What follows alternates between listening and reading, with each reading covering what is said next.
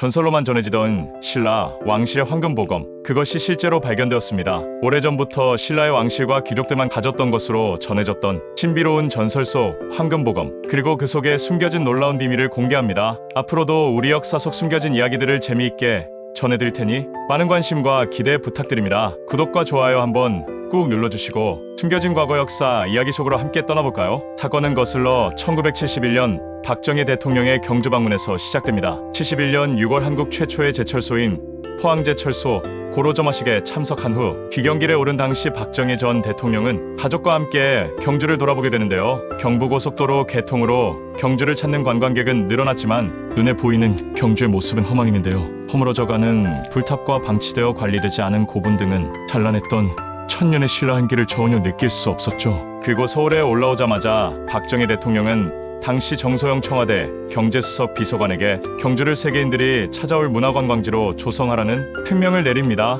이것이 1971년 8월 13일 확정된 경주관광 종합개발계획입니다. 특명 이후 경주는 관광도시로 빠르게 변신을 시작합니다. 도로를 재정비하고 왕릉을 정비하는데 그중 계림로는 가장 중요한 공사구간이었습니다. 계림로 주변에 첨성대와 고분들이 산재해 있어 시급하게 정비가 필요했는데요. 첨성대 지역을 연결하는 계림로 도로 공사도 함께 진행됐습니다. 그리고 도로 양쪽에 배수관을 설치할 땅을 파내다가 도로 공사를 하던 인부들이 하수관을 매설하던 중 무덤의 흔적이 나오기 시작한 것입니다. 그리고 그곳에서 놀라운 유물들이 발견되었습니다. 상상하지도 않은 유물들이 발견되며 모든 일이 시작되었습니다. 그것은 총 55개에 달하는 신라시대 때 무덤들이었는데요. 이에 국립중앙박물관 소속 고고학자들이 현장으로 급파했고 공사를 중단한 뒤에 유물들의 발굴과 보존 작업을 시작하였습니다. 이 과정에서 순금 비거리, 차륜 토기, 비단화살통 등 신라의 수많은 유물들이 쏟아져 나옵니다. 이 중에는 국보급이라 평가받는 역사적 가치가 높은 유물들도 270여 점 포함되어 있었죠.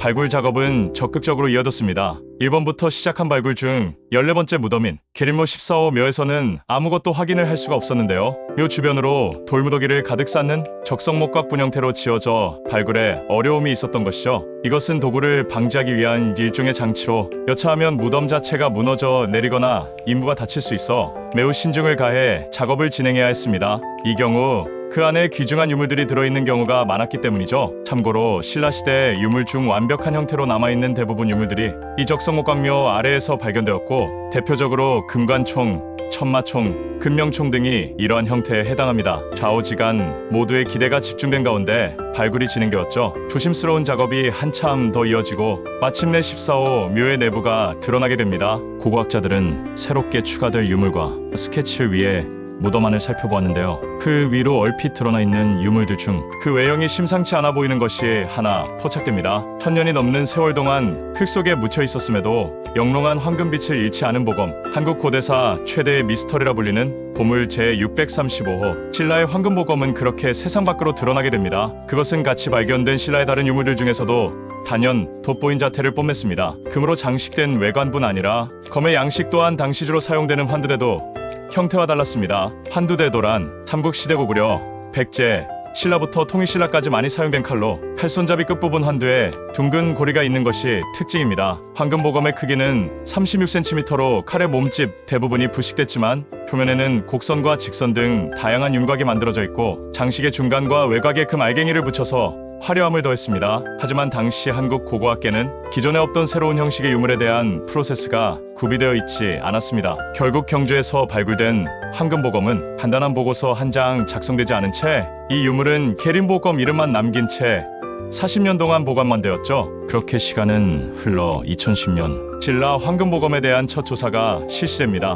보검은 단검의 형태로 5세기 후반에서 6세기 정도에 만들어진 것으로 추정되었는데요. 1500년이라는 세월이 흐르며 검신은 대부분 부식되었지만 검집과 장식들은 꽤나 좋은 상태를 유지하고 있었습니다. 놀라운 것은 장식에 쓰인 기법인데요. 조사 결과 이것을 만든 이가 누금 세공기법을 사용했다는 것이 밝혀집니다. 누금 세공기법이란 매우 작은 금 입자나 알갱이로 표면을 장식하는 기법인데요. 누금 세공기법은 주로 그리스 흑해에서 발달해 페르시아로 전파된 것으로 알려졌는데요. 좁쌀만한 금구슬들을 하나하나 작품 위에 빼곡히 새겨 넣으려면 이것은 현미경을 요할 정도로 매우 미세하고 정교한 기술력을 필요로 하기 때문에 장인이 아니면 흉내조차 낼 수 없는 기법이죠. 즉 황금보검을 제작한 이는 당시 기준으로 금을 통한 세공과 제작 기법에 통달할 정도로 능력을 가진 전문가 중에서도 최고 전문가라는 것을 말했습니다. 놀라운 것은 이뿐만이 아니었는데요. 장식에 사용된 보석의 정체가 한반도에서 생산되지 않은 간에, 즉 석유석이라는 것이 밝혀진 것입니다.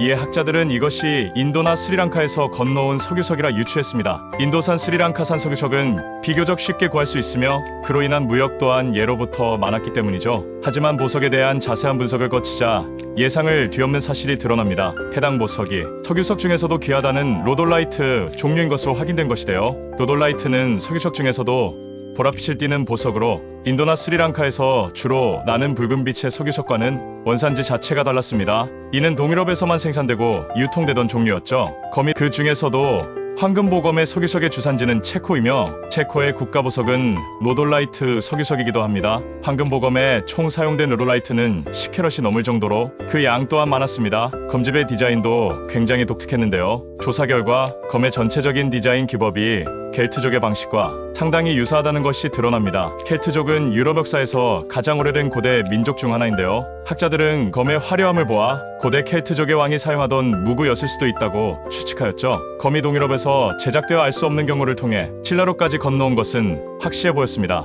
하지만 거듭된 조사에도 불구하고 고대 유럽에서 제작된 황금검이 어떻게 한반도까지 전해진 건지 경로를 찾을 수 없었는데요. 검이 동유럽에서 제작되어 알 수 없는 경로를 통해 신라로까지 건너온 곳은 확실해 보였습니다. 유물에 대한 탐색을 이어가던 여원구팀은 한 가지 실마리를 발견하게 됩니다. 1928년 카자흐스탄의 보로보의 마을에서 발견된 유물의 형태가 황금보검과 매우 비슷했던 것이죠. 마을의 무덤에서 발견되니 조각은 나머지 부분이 소실되어 그 정체에 대해 밝혀지지 않고 있었는데 65년 뒤 한국 경주에서 황금보검이 출토된 후 신라 황금보검의 등장으로 인해 이것이 검조각의 일부라는 것이 드러나게 됩니다. 검에 대한 단서는 중국에서도 한번 발견되었습니다. 타글라마칸 사만개 키질석굴입니다. 신장 위구르 자치구에 위치한 키질석굴의 입구 천장에 동일한 모양을 가진 보검의 그림이 그려져 있었던 것이죠. 유물의 실체는 확인되지 않았지만 이를 통해 검이 유럽에서 중국을 거쳐 신라에까지 전해졌을 수 있는 가능성이 제시됩니다. 하지만 추정을 할 수 있는 것은 여기까지였습니다.